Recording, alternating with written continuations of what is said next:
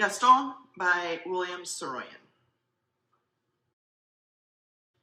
They were to eat peaches, as planned, after her nap, and now she sat across from the man who would have been a total stranger except that he was in fact her father.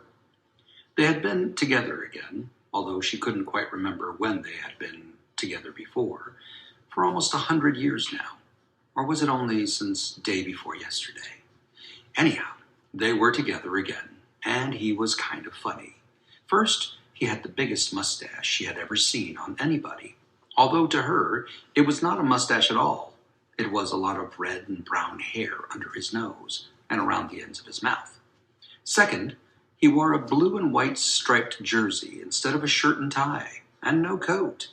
His arms were covered with the same hair, only it was a little lighter and thinner. He wore blue slacks, but no shoes and socks. He was barefoot, and so was she, of course. At home, she was with him in his home in Paris, if you could call it a home. He was very old, especially for a young man.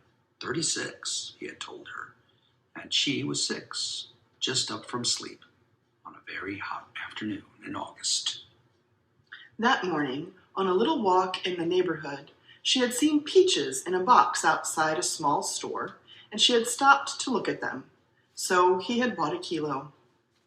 Now the peaches were on a large plate on the card table at which they sat. There were 7 of them, but one of them was flawed.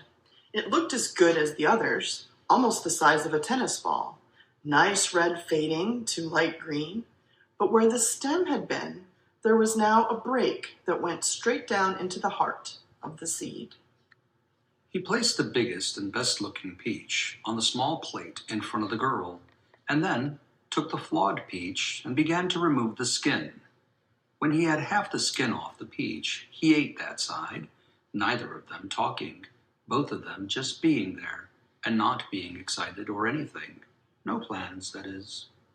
The man held the half-eaten peach in his fingers and looked down into the cavity, into the open seed. The girl looked too. While they were looking, 2 feelers poked out from the cavity. They were attached to a kind of brown knob head, which followed the feelers, and then 2 large legs took a strong grip on the edge of the cavity and hoisted some of the rest of whatever it was out of the seed, and stopped there a moment, as if to look around. The man studied the seed dweller, and so of course did the girl. The creature paused only a fraction of a second, and then continued to come out of the seed, to walk down the eaten side of the peach to wherever it was going. The girl had never seen anything like it. A whole big thing made out of brown color, a knob head, feelers, and a great many legs. It was very active, too, almost businesslike, you might say. The man placed the peach back on the plate. The creature moved off the peach into the surface of the white plate. There it came to a thoughtful stop. Who is it? Gaston. Where does he live? Well, he used to live in his peach seed, but now that the peach has been harvested and sold, and I've eaten it, it looks as if he's out of house and home. Aren't you going to squash him? Oh, of course not. Why should I? He's a bug. He's ugh. Not at all. He's Gaston, the Grand Boulevardier. Everybody hollers when a bug comes out of an apple, but you don't holler or anything. Of course not. How should we like it if someone hollered every time we came out of our house? Why would they? Precisely. So why should we holler at Gaston? He is not the same as us. Well, not exactly, but he's the same as a lot of other occupants of peach seeds. Now the poor fellow hasn't got a home, and here he is with all that pure design and handsome form and nowhere to go. Handsome? Gaston is just about the handsomest of his kind I've ever seen. What's he saying? Well, he's a little confused. Now, inside that house of his, he had everything in order. Bed here, porch there, and so forth. Show me.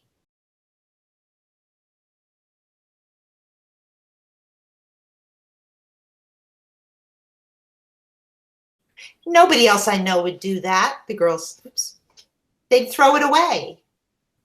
Can't imagine why. It's a perfectly good peach. Is that where he lives? It's where he used to live. Gaston is out in the world and on his own now. You can see for yourself how comfortable he is in there. He had everything. Now what has he got?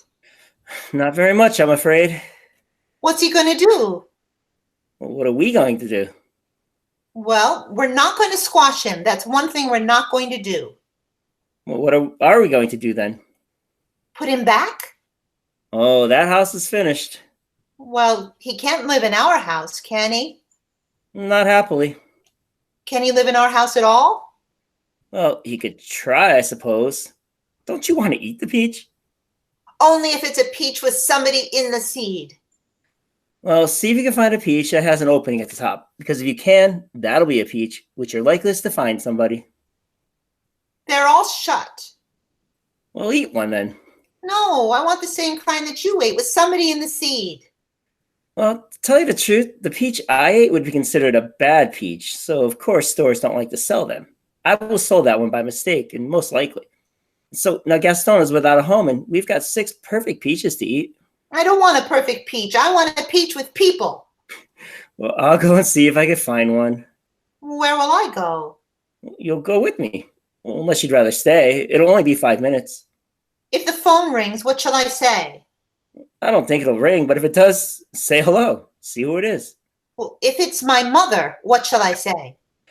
Tell her I've gone to get you a bad peach and anything else you want to tell her. Well, if she wants me to go back, what shall I say?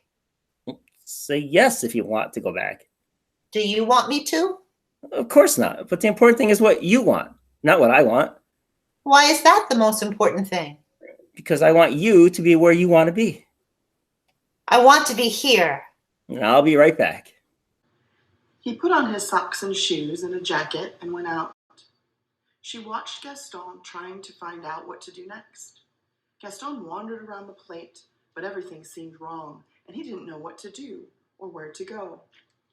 The telephone rang, and her mother said she was sending the chauffeur to pick her up because there was a little party for somebody's daughter who was also 6. And then tomorrow they would fly back to New York. Let me speak to your father. He's gone to get a peach. One peach? One with people. You haven't been with your father 2 days, and already you sound like him.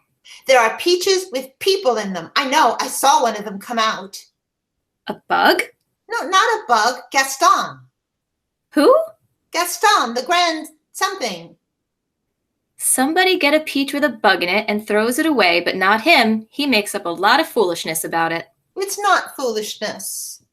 All right. Don't get angry at me about a horrible peach bug of some kind.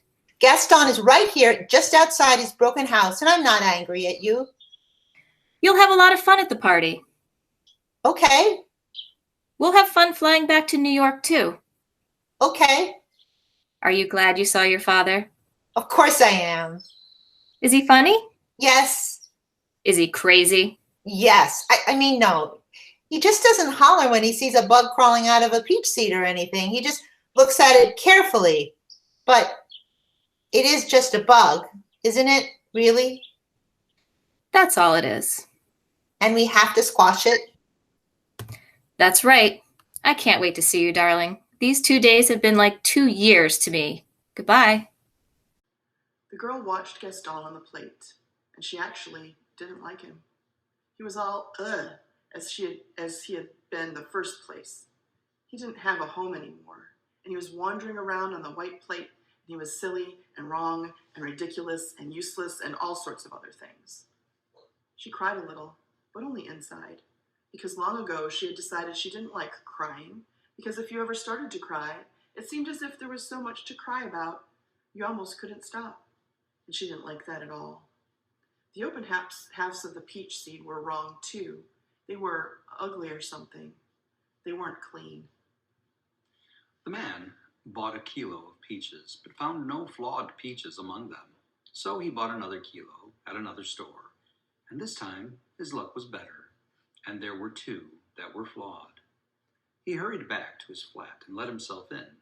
His daughter was in her room, in her best dress. My mother phoned, and she's sending the chauffeur for me because there's another birthday party. Another? Well, I mean, there's always a lot of them in New York. Will the chauffeur bring you back? No, we're flying back to New York tomorrow. Oh. I liked being in your house. I liked having you here. Why do you live here? This is my home. Well, it's nice, but it's a lot different from our home. Yes, I suppose it is. It's kind of like Gaston's house. Where is Gaston? I squashed him. Really? Why? Everybody squashes bugs and worms. Oh, well, I found you a peach. I don't want a peach anymore. Okay.